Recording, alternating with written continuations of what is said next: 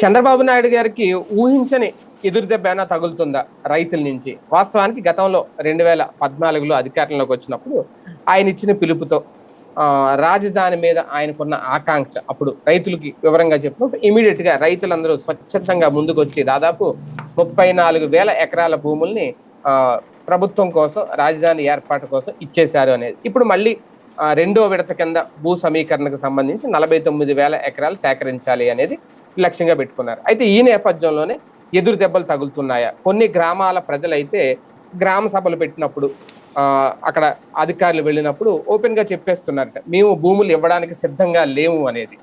అంటే అప్పుడు స్వచ్ఛందంగా ఇవ్వడానికి ముందుకు వచ్చారు. మొన్న కూడా నారాయణ గారు లాంటి వాళ్ళు చెప్పారు, లేదు మళ్ళీ ఈసారి 49,000 ఎకరాలు భూ సమీకరణ చేయడానికి రెడీగా ఉన్నాం, ఎవరికి వాళ్ళు స్వచ్ఛందంగా ముందుకొస్తున్నారు ఇవ్వడానికి, ఎలాంటి ఇబ్బంది లేదు, అవసరమైతే ఇంకో 10,000 ఎక్స్ట్రా కూడా సేకరిస్తాం, అవసరమైతే దానికి కూడా రైతులు సిద్ధంగా ఉన్నారని. కానీ ఇప్పుడు మాత్రం అలా కనిపించట్లేదు. వాళ్ళ పత్రికలే రాస్తున్నాయి, కాకపోతే అక్కడ వెర్షన్ వేరే రకంగా రాస్తున్నారు. మొన్నటి వరకు పరిశ్రమలు రావు, పెట్టుబడులు రావు, జగన్ ఉంటే రావు అంటున్నారు అన్నారు. ఇప్పుడు రైతులు కూడా అదే ప్రశ్న లేవనెత్తున్నారు. రేపు మాకు భరోసా ఏంటి, మాకు భద్రత ఏంటి, రేపొద్దున మళ్ళీ జగన్మోహన్ రెడ్డి అధికారంలో గనక వస్తే మా భూముల పరిస్థితి ఏంటి అని ప్రశ్నిస్తున్నారు అనేది ఒక వెర్షన్. లేదు గతంలో రైతులకి అప్పుడు ఇస్తానన్న హామీలు నెరవేర్చలేదు, అందుకు ఇవ్వలేకపోతున్నాం అనేది సాక్షి వెర్షన్. ఏది నిజం? ఏదైనా చంద్రబాబు నాయుడు గారికి ఎదురు దెబ్బ తగలబోతుందా? ఈ భూ సమీకరణ అనేది ఎంతవరకు సాధ్యమవుతుంది? ఇది అంశం మీద చర్చించే ప్రయత్నం చేద్దాం. సార్, 2014లో చాలా సజావుగా ఎలాంటి ఇబ్బంది లేకుండా జరిగిపోయింది. దాదాపు 34,000 ఎకరాలు సేకరించేశారని. ఓకే, అవి పూర్తిగా నిర్మాణాలు చేశారా చేయలేదంటే చేయలేదనే చెప్పాలి. మళ్ళీ ఇప్పుడు రెండోసారి సేకరణకు సిద్ధమైపోవడం, ఇక్కడ మనం ప్రాక్టికల్ గా అక్కడ ఏం జరుగుతుందని ఆలోచిస్తుంటే అవలేదు కాబట్టి భయపడుతున్నారా ఇవ్వడానికి, లేదంటే నిజంగా జగన్ వస్తాడేమో అని ఇవ్వడానికి భయపడుతున్నారా? ఎలా చూడాలి? ఇక్కడ ప్రాక్టికాలిటీని పక్కన పెట్టేసి మీడియా అమ్ముడుపోయి నీచ జర్నలిజం చేస్తుండటం వల్ల వాస్తవాలు పక్కకి వెళ్ళిపోతున్నాయి. ఒరిజినల్ చర్చ జరిగినిచ్చి, ఒరిజినల్ దానికి సమాధానం చెప్పనిచ్చి, ఒరిజినల్గా దాని మీద రియాక్షన్ జరిగితే పబ్లిక్కి, డెమోక్రసీకి ఒక ప్రయోజనం ఉంటుంది. ప్రజాస్వామ్యాన్ని హత్య చేస్తున్నారు వీళ్ళందరూ కలిసి. ఇక్కడ పాయింట్ ఏంటంటే, రెండు రకాలైనటువంటి కాన్సెప్ట్ ఉంటుంది. ఇంతకుముందు మీరు అన్నారు ఫస్ట్ ట్రిప్ సజావుగా సాగిపోయిందని. ఎక్కడ సాగింది? అప్పుడు తిరగబడ్డారు కదా. అంటే ఇవ్వడం వరకు సజావుగా సాగలేదు. ఎట్లా సాగింది? అప్పుడు కూడా అనేక మంది తిరగబడ్డారు. తర్వాత ఇక అవకాశం లేక ఈ ప్రభుత్వం మిగతా చుట్టుపక్కల ఒకే ఊర్లో ఒక 500 ఎకరాలు ఇచ్చి ఒక 100 ఎకరాలు ఉన్నప్పుడు ఈ 100 ఎకరాల వాళ్ళు ముందు ప్రతిఘటించారు. ఆ తర్వాత ఇక తప్పదు కాబట్టి ఇచ్చేశారు, ఏది లోకల్ ఒత్తిడి తర్వాత.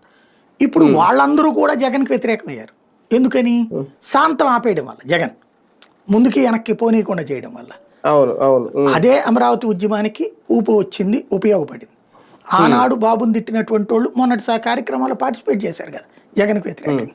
అది ప్రత్యక్షంగా వీడియోలు కూడా చూసాం కదా. బేసిక్గా ఇక్కడ కాన్సెప్ట్ ఏంటంటే, క్రిందటిసారి ఇచ్చిన హామీలలో ఏది ఆచరణలో వచ్చినాయి? మనం అప్పుడు చెప్పింది ఏంటి? 2018 నాటికి అమరావతి కట్టేస్తామని చెప్పాం. 2018 నాటికి చంద్రబాబు ఉండగానే కట్టేస్తామన్నారు. కట్టలేదుగా. ఆ 3 కట్టారు, అయిపోయింది. ఏం చెప్పాం మనం? హైదరాబాద్ కట్టేస్తామన్నాం. అలా కట్టడం కుదరదన్నమాట. 25 ఏళ్ళు పడుతుందంటే ఎవడన్నా ఇస్తాడా ప్రాక్టికల్గా? ఇంకొకటి, భూమికి సంబంధించి వాళ్ళు భూమి పుత్రులు, భూమి మీద బ్రతుకుతున్నోళ్ళు. ఇప్పుడు అక్కడ 2 వర్గాలు ఉన్నాయి. రాజకీయ వర్గాలు కాదు, కుల వర్గాలు కాదు నేను చెప్తుంది. ఒక వర్గం ఎవరయ్యా అంటే భూములు ఈజీగా ఇచ్చేసినటువంటి వాళ్ళు, ఎప్పుడో తాత ముత్తాతల నుంచి ఆస్తులు ఉన్నాయి, ఏళ్ల తరబడి దాని మీద ఫలసాయం పొంది వాళ్ళ కుటుంబాలు వెల్ సెటిల్డ్ అయినాయి, వాళ్ళ బిడ్డల్ని బాగా చదివించుకున్నారు. ఫర్ ఎగ్జాంపుల్ ఒక 20 ఎకరాలు 30 ఎకరాలు ఉంటే 1 ఎకరం అమ్ముకుని 1 ఎకరం అమ్ముకుని అట్లా చివరికి చేతిలో ఒక 5 ఎకరాలు 10 ఎకరాలు ఉన్నాయి. బిడ్డలు వచ్చి అమెరికాలో సెటిల్ అయ్యారు, లేకపోతే బెంగళూరులో సెటిల్ అయ్యారు, హైదరాబాద్లో సెటిల్ అయ్యారు. వీళ్ళు కూడా అక్కడికి వెళ్ళి ఓ ఫ్లాట్ కొనేసుకుని అక్కడ ఉంటున్నారు. ఇక్కడ కౌలుకి ఇచ్చారు. ఆ కౌలు వచ్చేటప్పటికి 30-40 వేలు వచ్చేది ఏడాదికి. అలాంటి వాళ్ళు ఈ రాజధాని అన్నప్పుడు ఇవ్వడానికి ముందుకొచ్చినటువంటి మొట్టమొదటి బ్యాచ్లో ఉన్న వాళ్ళల్లో దాదాపుగా 60-70% వాళ్ళే. వాళ్ళకి వ్యవసాయం చేసేవాళ్ళు కాదు వాళ్ళు. వ్యవసాయదారులు కౌలు రైతులకి, రైతు కూలీలకి ఆ భూమిని అప్పచెప్పి చేయించుకున్నోళ్ళు వాళ్ళు, ఏడాదికి ఎంత తీసుకుని. వాళ్ళకేంటి, భూమిది అమ్ముదాం అనుకుంటే 10 లక్షలకు మించి లేదు ఆ రోజున. 4 లక్షలు, 6 లక్షలు, 10 లక్షలు. ఇంకోటి ఎట్లుంటుందో తెలుసా పల్లెటూళ్ళల్లో మీకు, ఒకవేళ మనం వేరే వాళ్ళతో మాట్లాడుకుని 15-20 లక్షలకి అమ్ముదామన్నా సరే, వీళ్ళల్లో వీళ్ళు మాట్లాడుకుని అది కొననీయకుండా చేస్తారు. అంటే కొనడానికి ఎవరైనా వచ్చారనుకోండి పక్క ఊరోళ్ళు, అంత ఉండదండి అక్కడ, 7 లక్షలు 6 లక్షలు అంటే ఎక్కువ అండి, కావాలని చెప్పండి మీకు ఒక 5 ఎకరాలు ఇస్తామన్నారు అనుకోండి, ఎవడన్నా రేటు కొంటాడా? అట్లాగా స్ట్రాటజిక్గా చేస్తారు వాళ్ళు. అందుకని చెప్పేసేసి అట్లాగే పెట్టుకున్నారు. ఏడాదికి 40,000 అంటే వాళ్ళకి ఏముందని, అది కూడా ఒక్కోసారి ఆ తెగులు వచ్చిందండి, వరద వచ్చిందండి, నాశనం అయిపోయిందండి అని ఇచ్చేవాడు కాదు సరిగ్గా. అలాంటి వాళ్ళకి ఈ ప్రభుత్వం తీసుకుని ఎకరం తీసుకుని ఓ 1000 గజాలు, 1200 గజాలు, 1400 గజాలు, అటు 200 గజాలు కమర్షియల్ ఇట్లాంటివి ఇచ్చుకుంటే, అది రాజధాని ప్రాంతం అయితే ఈజీగా అట్లీస్ట్ 1 కోటి రూపాయలు బలుకుతుంది. వాళ్ళు వేసుకున్న లెక్క ఇది, 1 కోటి రూపాయలు ఈజీగా బలుకుతుంది. ఈ కమర్షియల్ ల్యాండ్ ఒక 50 లక్షలు, ఇది 1 కోటి, లేకపోతే అదొక కోటి, ఇది 1 కోటి వేసుకొని 2 కోట్లు బలుకుతుంది. ఒక్క 5 ఏళ్ళు మనం కళ్ళు మూసుకుంటే మనం కోటీశ్వరులం అయిపోతాం. అంటే ఆల్రెడీ వాళ్ళు వెల్ సెటిల్డ్, ప్లస్ ఇది అదనంగా వస్తుందన్న ఉద్దేశంతో ఇచ్చారు. అట్లాంటి వాళ్ళు ఇచ్చేశారు కాబట్టి, అదిగో నీ ఊళ్ళో నీ పక్క పొలం ఇచ్చి ఆ పక్క పొలం ఇచ్చి మధ్యలో నువ్వేమనంటే రేపొద్దున భూసేకరణ చేసుకుంటే నీకెంత ఉంటుందా, 4 లక్షలే కదా మీరే రిజిస్ట్రేషన్ వాల్యూ కదా ఇచ్చేది, 3 టైమ్స్ అనేది 3, 4, 12 లక్షలే వస్తుంది నీకు, నీ ఇష్టం మరి తీసేసుకుంటాం అని చెప్పాక, అదేదో జాగ్రత్తగా ఉంటే కనుక అందులో వాళ్ళకి ఏం చెప్పారు, అదేదో నవనగరాలు, ఆ నవనగరాల్లో వీళ్ళకి ఫ్లాట్లు ఇస్తామన్నారు. అంటే హైటెక్ సిటీ స్టైలు అట్లాంటి 9 నగరాలు కట్టేస్తాం అక్కడ, ఆ నగరాల్లో మీకు ఫ్లాట్లు ఇస్తామని చెప్పారు. పైగా ఏడాదికి ఒక 30,000 బిగిను, తర్వాత ఏడాదికి ఎంత అని పెంచుకుంటూ పోతామన్నారు. అప్పుడు 30,000కి ఇచ్చిన వాళ్ళకి ఇప్పుడు 50,000 వస్తుందట కౌలు. ఆ లెక్కన ఆ కౌలుతో పోల్చుకుంటే ఈ కౌలు బెటరే కదా. అప్పుడు ప్రభుత్వమే 30,000 కౌలు ఇస్తుంది కాబట్టి వాళ్ళ కౌలు మీద నమ్మకం లేదు కదా, గ్యారంటీ లేదు కదా. గవర్నమెంట్ కౌలు అయితే గ్యారంటీ ఉంది కదా, ప్లస్ ఫ్యూచర్లో మన చేతికి కోట్ల రూపాయలు వస్తాయి. ఈ కోణంలో ఇచ్చిన వాళ్ళు ఎక్కువ ఆ రోజున. వాళ్ళని చూసి వీళ్ళు ఇవ్వక తప్పల మిగతా వాళ్ళు. వాళ్ళకి అప్పుడు చెప్పినటువంటి పాయింట్ ఏంటి, వాళ్ళందరికీ ఈ ఫ్లాట్లు ఇక్కడ ఇస్తాము, కమర్షియల్ ఈ ప్లేసుల్లో ఇస్తాం, ఏది ఈ నవనగరాల్లో కమర్షియల్ ఫ్లాట్లు, రోడ్ల పక్కన ఈ ఫ్లాట్లు, ఏది రెసిడెన్షియల్ ఫ్లాట్లు.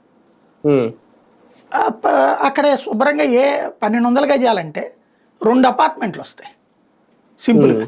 ఒక్కొక్క అపార్ట్మెంటు 20 ఫ్లాట్లు వేసుకోండి. అందులో వీళ్ళు ఏమన్నారు, 40 అంతస్తులు అన్నారు కదా అక్కడ. 40 అంతస్తులు లెక్కనంటే ఎన్ని ఫ్లాట్లు వేసుకోవచ్చు అక్కడ? 1200 గజాలు వేసుకుంటే కనుక కనీసం ఒక 100 ఫ్లాట్లు వేసుకోండి. వాళ్ళు ఆ కౌంట్ వేసుకున్నారు, ఎవరికైనా డెవలప్మెంట్కి ఇచ్చుకున్నా. ఒక్కొక్క ఫ్లాట్కి 10 లక్షల రూపాయలు మనకి ఇచ్చిన 100 ఫ్లాట్లు అంటే 110 లక్షలు ఎక్కడికి వెళ్ళిపోతుంది మన జీవితాలు. అంటే సాధారణంగా ఆశ రేకెత్తించడం అనేటటువంటి జరిగింది. దాంతోపాటు విద్యా వైద్యం ఫ్రీ అని చెప్పారు వాళ్ళకి, విద్యా వైద్యం ఫ్రీ అని చెప్పారు. ప్లస్ వాళ్ళకి రుణమాఫీ అని చెప్పారు. ఆ రోజుకి వాళ్ళ దగ్గర ఎంత అప్పు ఉందో బ్యాంకుల్లో 1,00,000-1,50,000 దాకా అప్పు ఇదన్నారు. అందుకోసం అప్పటికప్పుడు అప్పు తీసుకున్న వాళ్ళు ఉన్నారు అవసరం లేకపోయినా. అవి రుణమాఫీ అని కాగితాలు రాసి ఇచ్చారు. ఇవన్నీ చెప్పారు. 3 ఏళ్లలో అయిపోతుంది అన్నారు. 3 ఏళ్లలో తమ జీవితాలు స్వర్గం అయిపోతున్నాయి అంటే ఎవరు వద్దంటారు? అట్లా ఇచ్చేశారు. తర్వాత చూస్తే ఆ 3 ఏళ్లకి వాళ్ళ 3 బిల్డింగులు తప్పించి ఇంకేం రాలా. వీళ్ళకి ఉచిత విద్య లేదు, వైద్యం లేదు. అది ఆ తర్వాత జగన్ వచ్చాక దాని శాంతం పక్కన పెట్టడంతో నానా తిప్పలు పడ్డారు. ఇంక్లూడింగ్ దానికి కూడా 14 కోట్లు వేస్తే కానీ కౌలు డబ్బులు వెళ్ళాల. అదే వాళ్ళకి ద్వేషం వచ్చింది జగన్ మీద. అప్పుడు ఏం చెప్పారు, మేమైతే కరెక్ట్గా చేద్దాం అనుకున్నాం, జగన్ నాశనం చేస్తున్నాడు అన్నారు. వీళ్ళు ఇప్పుడు పవర్లోకి వచ్చారు.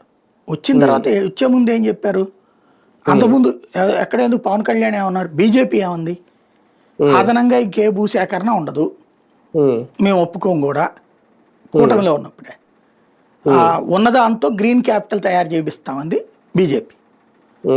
జనసేన కూడా గ్రీన్ క్యాపిటలే అంది. ఉన్న వాటితో ఆ మిగతాది మధ్యలో ఉన్న వాటిది కట్టేస్తాం, అది పూర్తి చేయించడమే మాకు, రైతులు ఇంక ఇబ్బంది లేకుండా చూసుకోవడం అని చెప్పారు. వీళ్ళిద్దరూ మాట్లాడింది అదే ఆ రోజున, ఇద్దరూ మాట్లాడింది. బట్ ఇప్పుడు ఇద్దరు నోరు మీద పట్ల 8,000 ఎకరాలతో అమ్మేస్తే డబ్బులు వచ్చేస్తే దాన్ని తీర్చేయబోతున్నాం అని ఎలక్షన్స్ ముందు చెప్పారు. 8,000 ఎకరాలు మిగులుతుంది అక్కడ, 8,000 ఎకరాలు ఎకరం 20 కోట్ల రూపాయలకు అమ్మితే డబ్బులు వచ్చేస్తే అవి తీర్చేస్తాం మేము ఏది తీసుకున్న అప్పులకి అన్నారు. ఏమైపోయింది ఇప్పుడు? ఇప్పుడు మళ్ళీ మేము భూములు తీసుకుని ఆ భూములు వాళ్ళు మాకు ఫ్రీగా ఇచ్చేయాలి, మేము 10 పైసలు డబ్బులు ఇవ్వం వాళ్ళకి, ఏడాదికి మాత్రం 30,000 ఇస్తాము, మళ్ళీ విద్యా వైద్యం ఫ్రీ అంటాం, అట్లాగా తీసేసుకుని అట్లాగా వచ్చిన భూముల్లో నుంచి మిగుల్చుకున్నవన్నీ అమ్ముతాం. ఇక్కడ వీళ్ళ ఉద్దేశం ఏంటి?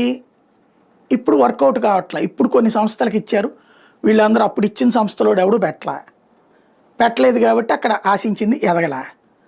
ఇప్పుడు ఇక మమ్మల్ని నమ్ముతారు, పెడతారు, కన్స్ట్రక్షన్స్ బిగిన్ అయిపోయినాయి, ఇక రేపు నెక్స్ట్ టర్మ్కి వచ్చేటప్పటికి జనాలందరూ ఎగబడిపోయేసి ఇక్కడికి వచ్చేస్తారు, తద్వారా పెరుగుతుంది. అందులో అప్పుడేంటి inner ring road, outer ring road ఏది గట్ల ఆ రోజున వాళ్ళు డిపిఆర్ అడిగితే కూడా ఇవ్వాల, చివరిలో బీజేపీతో గొడవ పెట్టుకుని. అదే నాశనానికి కారణమైంది. కన్స్ట్రక్షన్ బిగిన్ చేసేసి ఉంటే inner ring road, outer ring road కట్టేసి ఉండేది కేంద్రం, జగన్ ఇచ్చినా ఇవ్వబోయినా అది వెళ్ళిపోయేది డెవలప్మెంట్. వీళ్ళు ఆ రోజున డిపిఆర్ ఇవ్వకుండా ఆపారు, దాంతో ఆగిపోయింది. అదే 5 ఏళ్ల నాశనానికి అసలు కారణం.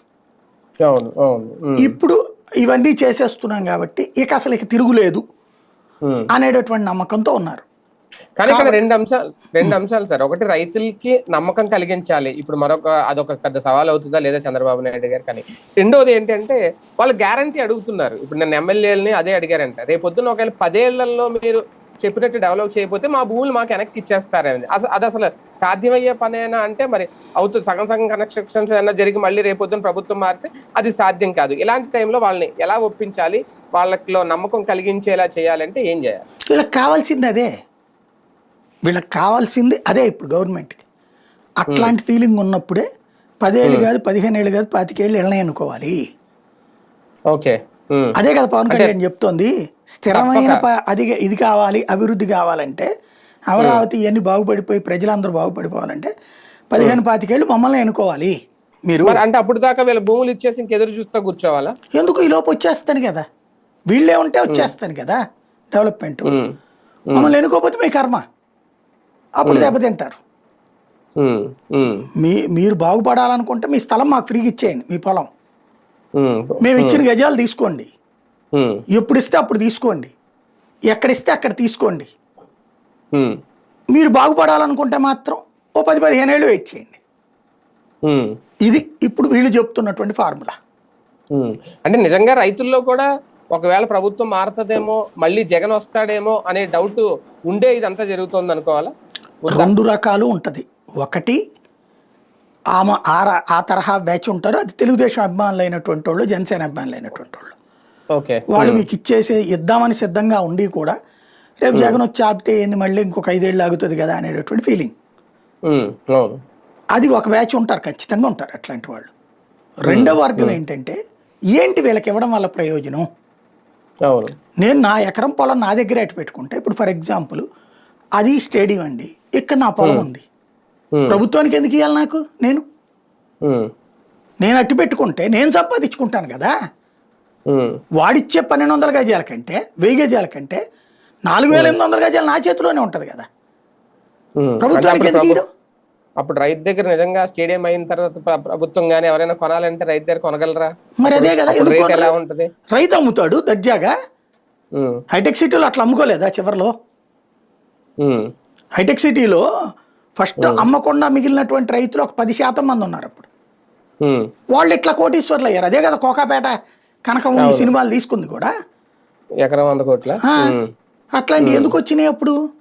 అలా మిగుల్చుకున్నోడు, అమ్ముకున్నాడు, చివరికి అక్కడ వాచ్మెన్ గా పనిచేశాడు, అట్లా భూములు ఇచ్చినోడు, ముందు అమ్మేసుకున్నాడు, ముందు ఇచ్చినోళ్ళు ప్రభుత్వానికి, అమ్మినోడు కూడా ప్రభుత్వానికి ఇచ్చినోళ్ళు ఏమో వాచ్మెన్లు గాను కర్రీ పాయింట్ లో పనిచేసే వాళ్ళుగా మిగిలిపోయారు. అదే కదా తెలంగాణ ఉద్యమానికి కారణమైంది. మా ఆస్తులు తీసుకున్న వాళ్ళేమో కోటీశ్వర్లు అయ్యారు, మేమేమో ఇక్కడ పనుల కింద మిగిలిపోయామనేసి. ఇప్పుడు అదే ఒక చర్చ ప్రారంభమైంది. మొత్తం వీళ్ళు ఆ చుట్టుపక్కల వీళ్ళు భూములు కొన్నారు. ఇప్పుడు ఎక్కడో ఎందుకండి, వీళ్ళు అక్కడ 1000 ఎకరాలు 44,000 ఎకరాలు తీసుకుంటున్నారు కదా. రియల్ ఎస్టేట్ లింగం నేను అక్కడే ఉంది కదా, ఎన్ని వందల ఎకరాలు ఉంటుంది దాని దగ్గర. అట్లాగే ఇంకా కొన్ని భూములు ఉన్నాయిగా రియల్ ఎస్టేట్ వాళ్ళవి. అవి ఎందుకు తీసుకోరు? వాళ్ళు ఎందుకు ఎవరు? రైతుల దగ్గర లేవు కదా ఆల్రెడీ. అదే వాళ్ళు ఎందుకు ఎవరు? బల్క్ కదా ఒకేసారి. ఇప్పుడు 100 మంది రైతులను అడిగేదానికంటే 1000 ఎకరాలు వీళ్ళ దగ్గరే ఉంది కదా, ఒక్కడితో మాట్లాడితే అయిపోతుంది కదా. శుభ్రంగా నీకు 1000 ఎకరాలు 1000 × 30,000 అబ్బా, నీకు ఎంత మిగులుతుందో చూడు, హ్యాపీగా ఎంజాయ్ చేసుకో అని చెప్పచ్చుగా. బల్క్గా అక్కడ రియల్ ఎస్టేట్ వాళ్ళ దగ్గర ఉన్నాయా లేవా ల్యాండ్స్? 500 ఎకరాలు ఒకళ్ళ దగ్గర, 1000 ఎకరాలు ఒకళ్ళ దగ్గర, 30 ఎకరాలు 40 ఎకరాలు ఉన్నోళ్ళు ఉన్నారా లేదా? వాళ్ళని ఎందుకు అడగట్లేదు నాకు అర్థం కాల. వాళ్ళని కదా అడగాల్సింది నువ్వు. అంటే మన వాళ్ళందరూ ఆ భూములతో కోటీశ్వర్లు అవ్వాలా, సాధారణ జనాలు మాత్రం భూముల్ని ఇట్లా ఇచ్చేసుకోవాలి పైసా ప్రయోజనం లేకుండా. భవిష్యత్తులో ప్రయోజనం వస్తుందన్న ఆశతో ఈ రోజును వదిలేయమంటున్నప్పుడు వాళ్ళు అదే అడుగుతున్నారు. ఇప్పుడు నా భూమి మీదన ఏడాదికి ఆ ఏరియాలో 3 పంటలు 4 పంటలు పండుతాయి, కూరగాయల, పండ్ల, పూల, ఇట్లాంటివి. నష్టపోయిన రోజు నష్టపోతాడు, లాభం వచ్చిన రోజు లాభం వస్తుంది. మొత్తం మీద ఏడాదికి వాళ్ళ కుటుంబ పోషణ వెళ్ళిపోతుంది, కుటుంబ పోషణ గడిచిపోతుంది ప్రతి రైతు. అలా గడిచిపోతున్నటువంటి కుటుంబానికి నువ్వు 30,000 ఇస్తాను నువ్వు ఏడాదికి, నువ్వు బతుకంటే 12 నెలలకు 30,000 ఎంత వస్తుందండి? 12 మూళ్ళు కూడా రావట్లా, 2,500 వస్తుంది. నెలకి 2,500తో బ్రతకాల రైతు. ఎన్నేళ్ళు? ఓ 15 ఏళ్ళు. అప్పటికి వీళ్ళు ఇస్తే ల్యాండ్, అప్పటికి ఏం చేసుకోవాలి అతను? ఇప్పుడు నా చేతిలో ల్యాండ్ ఉందండి 1000 గజాలు, నేను నా దగ్గర ఒక 10 కోట్లో 5 కోట్లో ఉంటే నేను అపార్ట్మెంట్ కడతా. లేదు అనుకోండి, నేను ఆవురుమంటున్నా, నా దగ్గర భూమి ఇచ్చేసాను గవర్నమెంట్కి, తింటానికి ఉండడానికి కూడా ఇబ్బందే కదా రైతుకి. అది ఇన్కమ్ కదా రైతుకి. మనం ఇక్కడ అసలు పాయింట్ని మర్చిపోతున్నాం. మనం ఎంతసేపటికి మీడియా నీచత్వం, మీడియా దరిద్రం ఏంటంటే నిజాన్ని చర్చించట్లా. ఆ రైతు జీవితం ఆ పొలంతో ముడిపడి ఉంది. ఆ రైతు కుటుంబం భవిష్యత్తు, వాళ్ళ బిడ్డ పెళ్ళి, వాళ్ళ బిడ్డ ఉద్యోగం, వాళ్ళ జీవితం, వాళ్ళ బంధువులు, బంధుత్వం అంతా దాని మీద కదా డిపెండెన్సీ. అట్లాంటప్పుడు అది ఇచ్చేసిన తర్వాత ఇవాళకి వాళ్ళు ఎలా బ్రతకాలి అతను?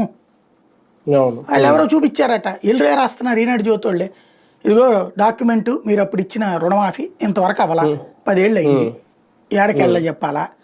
ఇంకొకళ్ళు ఎవరో చూపించారట, ఎడ్యుకేషన్ ఫ్రీ అన్నారు, ఇక్కడ విట్టు నువ్వు SRMలో 7 లక్షలు అడుగుతున్నారు మా పిల్లల ఫీజు, హాస్పిటల్లో చూస్తేనేమో దోలు తీరిపోతుంది అని చెప్పి 200 ఎకరాలు ఇచ్చారట వాళ్ళు. మరి ఏం చేయాలి ఇప్పుడు వాళ్ళు? వాళ్ళకి ఈ మాటలు చెప్పాం కదా, ఉచిత విద్య, ఉచిత వైద్యం అనేది. గవర్నమెంట్ హాస్పిటల్కి పోమనా ఉచిత విద్య, ఉచిత వైద్యం అంటే నువ్వు అక్కడ ఏం కల్పించావు? దాంట్లో ఏమన్నా నారాయణ చైతన్యాలో సీట్లు ఇప్పించావా? అంటే వాళ్ళ త్యాగం నిరుపయోగం అయిపోయింది అంతే కదా. వాళ్ళని మాయ చేస్తున్నాం. వాళ్ళకున్న ఏకైక సమస్య ఏంటంటే ప్రతిపక్షం దగ్గర స్ట్రాంగ్ తెలివితేట లేకపోవడం. ఆ రోజు ప్రతిపక్షమే డైవర్షన్ తీసుకోవడం వాళ్ళ దురదృష్టమైంది. సరే, ఇదంతా చూసి రైతుల్లో చైతన్యం వచ్చిందని అనుకోవాలా? ఏడాది అయిపోయి ఎంత మేము చేసేసామని చెప్పి ఇప్పుడు ఈ తొలి అడుగు లాంటి కార్యక్రమాలు చేస్తున్నా సరే ఇంకా నమ్మకం కుదరలేదు బాబు గారి మీద అని అనుకోవాలా? అంటే సమస్య ఇక్కడ మనం బాబు గారి మీద నమ్మకం పాయింట్ కాదండి. భవిష్యత్తుని వాళ్ళ కళ్ళెదురుగుండా చూస్తున్నారు. ఎందుకంటే ఒక్కసారి నేను బాబు గారి మీద నమ్మకం గురించి ఎందుకు అడిగానంటే, నిన్నే ఆంధ్రజ్యోతి పేపర్లో మీరు చూసే ఉంటారు, బాబు గారి మీద నమ్మకంతో మేము భూములు ఇస్తున్నాం, బాబు గారిని చూస్తే మేము భూములు ఇవ్వడానికి ముందుకు వచ్చామని రైతులు అన్నారని పెద్ద వార్త రాశారు. అందుకని అడుగుతున్నాను. అందులో పక్కన ఇంకోటి కూడా రాశారు మళ్ళీ సబ్ హెడ్డింగ్ కింద, కొంతమంది మాత్రం ఇలాంటి వాళ్ళు బాబు మీద నమ్మకంతో అన్నోళ్ళు ఏమో తెలుగుదేశం వాళ్ళు కాస్త బల్క్ బ్యాచ్ అనమాట. వాళ్ళు 50 ఎకరాలు 100 ఎకరాలు ఉన్నోళ్ళు కూడా ఇవ్వడానికి సిద్ధపడ్డారని రాశారు అందులోనే. ఇంకొక బ్యాచ్నేమో అక్కడే ఎట్లా మాకు న్యాయం చేస్తారు చెప్పండి అని అడిగారు, నిలదీశారని రాశారు.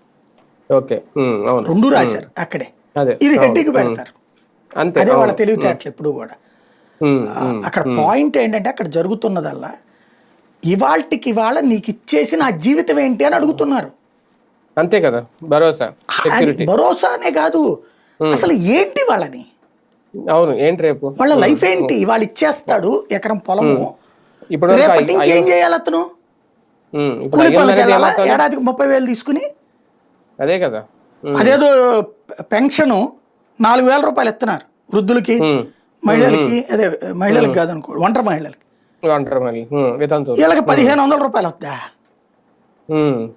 ఏంటది? అదే కదా. అప్పుడు ఎక్కడ బ్రతకాలి వీళ్ళు? పోను ఆ పెన్షన్ కూడా ఇచ్చారనుకుందాం, 6,000తో వీళ్ళు బ్రతకాలా? ఒక కుటుంబం 6,000తో ఈ 1,500తో ఎట్ట బతుకుతుందండి? నా తెలియక అడుగుతా. ఇవాళ నా చేతిలో ఉన్న పొలాన్ని వదిలేసి నేను ఈ ప్రాంతంలోనే వెళ్ళి కూలి పని చేసుకోవాలి. ఏది భవన నిర్మాణాలు అవి చేస్తున్నారు కదా, రైతు కూలీగా మారాలేమో. రైతు కూలీగా మారాలి, అంతే కదా. ఏంటి అతని జీవితం? ఇప్పుడు నా దగ్గర ఓ 10 ఎకరాలు ఉంది, నేను ఏదో ఉద్యోగం చేసుకుంటున్నాను అనుకోండి, సరే తీసుకోండి అయ్యా నాకు ఎంత పంపించండి, అయిపోతుంది. ఇక్కడే కాదు, ఇప్పుడు నేను ఇవాళ ఆ ఇండోసోల్ దగ్గర, నెల్లూరు జిల్లా వాళ్ళు గొడవ చేస్తుంది అదే. అదే కదా, నువ్వు నా భూమి తీసేసుకుని ఏడాదికి 30,000 ఇస్తాను. ఇది ఒక రకంగా చెప్పాలంటే లూటీ అండి, దోచుకోవడం రైతుని. దౌర్జన్యం. నువ్వు ఇలాంటి దరిద్రం నుంచి విముక్తి కోసమే ఆ సోనియా గాంధీ దిగిపోయే ముందు అన్న ఒక చట్టం తెచ్చింది, 3 రెట్లు పరిహారం అన్నటువంటి. 3 రెట్ల పరిహారం వచ్చినప్పుడు కొంత కంఫర్టబుల్నెస్ వస్తుంది. లైక్ ఇప్పుడు ఈ ఏరియాలోనే అనుకుందాం, వీళ్ళు ఎంత అని చెప్తున్నారు ఇప్పుడు రేటు, మార్కెట్ వాల్యూ 4 కోట్లు అంటున్నారు, అంతే కదా. 4 కోట్లకి 3 టైమ్స్ అంటే 12 కోట్లు ఇవ్వాలా? ఇచ్చి తీసుకోగలుగుతారా?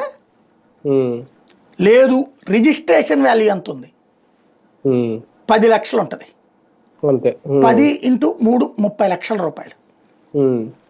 45,000 ఎకరాలు ఇంటూ 30 లక్షలు పెట్టి నువ్వు తీసుకుంటావా? తీసుకోలేవుగా. ఇది నీ ఆస్పెక్ట్. నేను అనేది ఏంటంటే ఇవాళకి ఇవాళ నడి రోడ్డు మీద నుంచుని రైతు ఏం చెయ్యాలి? ఇప్పుడు ప్రతి కుటుంబానికి ఒక కొడుకు, ఒక కూతురు, వాళ్ళ జీవితము, వాళ్ళ తిండి, వాళ్ళ స్కూల్ ఫీజులు, కాలేజీ ఫీజులు, వాళ్ళకి అనారోగ్యం వస్తే ఇది, ఇవన్నీ ఉంటాయి కదా. ఇవన్నీ ఎలా తీరుస్తారు? ఎవరు తీరుస్తారు? నీ భవిష్యత్తు 15 ఏళ్ల తర్వాత బాగుపడుతుంది.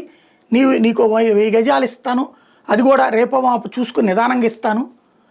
ఇంతకు ముందే ఇచ్చేసి ఉంటే చంద్రబాబు 2018 ముందే ఆ రేట్లు పలికి ఉంటే అప్పుడే జగన్ వచ్చేటప్పుడు అసలు గొడవే ఉండేది కాదుగా. అప్పుడు అసలు బాధే లేదుగా. అప్పుడేం పలకలేదు. ఇప్పుడు కూడా ఇప్పటికిప్పుడు పలికేస్తున్న నమ్మకం ఎవరికి ఉంది దాంట్లో?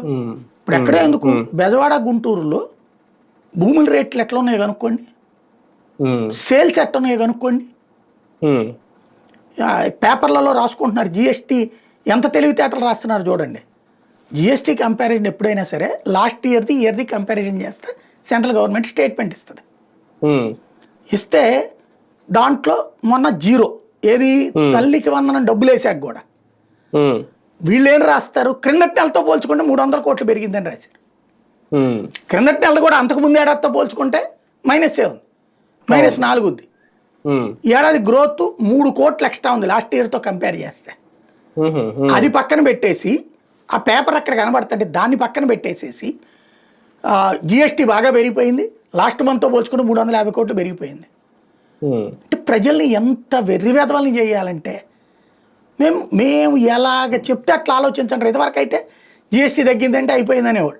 అప్పుడు ఎప్పుడు పెరుగుతూనే వచ్చినా సరే ఆ రాష్ట్రం గ్రోత్తో చూడు, ఈ రాష్ట్రం గ్రోత్తో చూడు అనేవాడు. ఇప్పుడు 11 నెలలు అయిపోయింది, 12 నెలలు అవుతున్నా సరే గ్రోత్ లేకపోగా మొత్తం ఈ 12-13 నెలల్లో, 13-14 నెలలు అంతే కదా. ఈ 14 నెలల్లో ఒక్క 2 నెలలు ప్లస్ వచ్చింది, 2 నెలలు 0 వచ్చింది గ్రోత్, 8 నెలలు మైనస్ ఉంది. అది కూడా మద్యం అమ్మకాలప్పుడు, మద్యం ఇవి వచ్చినాయి చూడండి డబ్బులు, అప్పుడు అప్పుడేదో మన దాన్ని ఏమంటారు, మార్కెట్ వాల్యూస్ పెంచబోతున్నాం అన్నారు అప్పుడు రిజిస్ట్రేషన్స్ అప్పుడు. ఇప్పుడు ఈ తల్లికి వందనం అప్పుడు ఇట్లాంటప్పుడు వస్తున్నాయి ఆ 0 దగ్గరకు కూడా. అది కూడా అంటే ఓ పక్కన ఈ సిచ్యుయేషన్లో పబ్లిక్ నిజంగా కొంటున్నారా? ఇప్పుడు నేనే చూస్తున్నా, బెదవాడలో ఇంటి రేట్లు అంతే, ఏదో అమ్ముదామని అందరూ సిద్ధంగా ఉన్నారు, కొనుక్కునేవాడే కరువు. గుంటూరు సేమ్ ప్రాబ్లం, ఎక్కడో రేర్గా పెరిగి కనబడుతున్నాయి. అంటే పెరగడం రేట్లు ఎక్కువ చెప్తున్నారు, నో డౌట్, అందులో రేట్లు మాత్రం విపరీతంగా పెంచి చెప్తున్నారు. కొనే వాళ్ళ సంఖ్య భారీగా తగ్గిపోయింది, ధైర్యంగా కొనేవాళ్ళ సంఖ్య. ఇట్లాంటి ఇంపాక్ట్ లో ఒక్కసారిగా గ్రోత్ ఇవాళకి వాళ్ళ మనం ఈ రైతుల పాయింట్ ఆఫ్ వ్యూలో చూస్తే వచ్చే సమస్య ఏంటంటే, ఇవాళ భూమి ఇచ్చేస్తే ఎన్ని సంవత్సరాల పాటు వాళ్ళు ఏ పని చేసి బ్రతకాలి? నేను అనేది అది, ఏం పని చేసి బ్రతకాలి? నీ చేతికి భూమి ఇచ్చి నేను కౌలు చేసినా ఒక అర్థం ఉంది, నీ చేతికి భూమి ఇచ్చేసి నేను 1500తో బ్రతకడం ఎట్లా? బతకలేరు, చాలా కష్టం. దానికి నువ్వు అట్లాగే బ్రతుకు, త్యాగం చెయ్యి అంటే వీళ్ళు ఎవరైనా త్యాగం చేస్తారా? నాయకులు కనీసం వీళ్ళ అనుబంధంగా ఉన్నటువంటి రియల్ ఎస్టేట్ వాడు కూడా త్యాగం చేయట్లేదే. రియల్ ఎస్టేట్ వాడు అన్ని వేల ఎకరాలు పెట్టుకుని అయ్యవడు ఎందుకు తీసుకోవట్లేదు? అయ్యేందుకు వాళ్ళు ఇవ్వట్లేదు? ఈ కదా అసలు సమస్య. సార్ ఫైనల్ గా ఇది రెండో విడత భూ సమీకరణ ఒక రకంగా తెలుగుదేశం పార్టీ అయితే అనుకూలంగానే ఉంది, వాళ్ళందరికీ చెప్తోంది మళ్ళీ బాబు గారే వస్తారు ఎట్టి పరిస్థితి. కానీ ఇందులో ఈ భూ సమీకరణకు సంబంధించి ఇంకా జనసేన కానీ బీజేపీ కానీ ఏం మాట్లాడలేదు, ఎలాంటి క్లారిటీ ఇవ్వలేదు. వాళ్ళు కూడా ఏమన్నా కలిసి వస్తే జనాల్లో ఒక నమ్మకం ఏమన్నా, రైతుల్లో ఒక నమ్మకం ఏమన్నా పెరుగుద్దా? ఇవ్వడానికి ముందుకు వస్తారా? మోడీ సభ అక్కడ పెట్టారు, ఏమవుతుందండి? సమస్య ఏంటి? ఎవడు గ్యారంటీ ఇస్తాడు? ఇంకోటి, జగన్ రాకపోని వీళ్ళే 15 ఏళ్ళు కాదు 50 ఏళ్ళు ఉండని, అప్పటిదాకా ఇక్కడ పాయింట్ ఏంటంటే భూమి 10 ఏళ్ళు ఉంటే పూర్తి అయిపోతాయని కదా నిర్మాణాలు. పూర్తవుతుందండి. ఎవరు వీళ్ళ దగ్గర కొనేది ఎవరు? అప్పటిదాకా ఎలా బ్రతకాలి? ఫస్ట్ ఇమ్మీడియట్ జీవనం ఏంటి నాకు అర్థం కాల. ఇవాళ నా చేతిలో 1 కోటి రూపాయలు ఉంటే నువ్వు లాగేసుకుని రోజుకో 1000 రూపాయలు ఇస్తాను, నేను ఎట్టాగా? 1 కోటి రూపాయలు నేను ఆస్తి పరుణ్ణి, ఇప్పుడు నా దగ్గర ఆస్తి లాగేసుకుని నేను నెలకు ఒక 1500 ఇస్తాను, నువ్వు బ్రతుకు, ఓ 25 ఏళ్ళు అంటే ఎట్టా బ్రతకాలి వాళ్ళు? లేదా 10 ఏళ్లలో నువ్వు బాగుపడిపోతావు, ఓ 10 ఏళ్ల తర్వాత నీకు 2 కోట్లు ఇస్తాను, ఈ లోపు నెలకు 1500 ఇస్తానంటే ఎట్లా? ధనవంతులైతే నో ప్రాబ్లం అండి, సామాన్య మధ్య తరగతి, దిగువ మధ్య తరగతి, చిన్న సన్నకారు రైతులు అంటాం, రైతుల విషయం భూమిని నమ్ముకునే బతుకుతారు వాళ్ళ జీవితానికి నువ్వు ఇచ్చే భరోసా ఏంటి?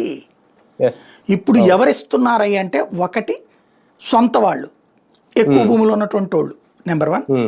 నెంబర్ 2, ఇక ఏం చేస్తాం, వీళ్ళు ఎట్టగులు ఆక్కుంటారు, మర్యాదగా మాట్లాడితే ఏదో వద్దులే అనేవాళ్ళు ఇస్తున్నారు. ఇక చావోరేవో తెలుసుకోవాలనే వాళ్ళు ఇవ్వని బొమ్మంటున్నారు. వాళ్ళు నమ్మించాలి. రైట్, చూద్దాం. మొత్తానికి రైతుల్లో చైతన్యం వచ్చిందా, లేదంటే రైతులు తమ భరోసా ఏంటని నిలదీస్తున్నారా ప్రభుత్వాన్ని? అయితే ప్రస్తుతం అదే పరిస్థితి అయితే కనిపిస్తోంది. మరి నిజంగా ఈ 45,000 ఎకరాల భూ సమీకరణ అనేది ఎంతవరకు సాధ్యం అవుతుంది, లేదు వెనక్కి తగ్గాల్సిందేనా చంద్రబాబు గారు, లేదంటే రైతుల్ని నమ్మించే ప్రయత్నం ఏమన్నా చేస్తారా? చూద్దాం.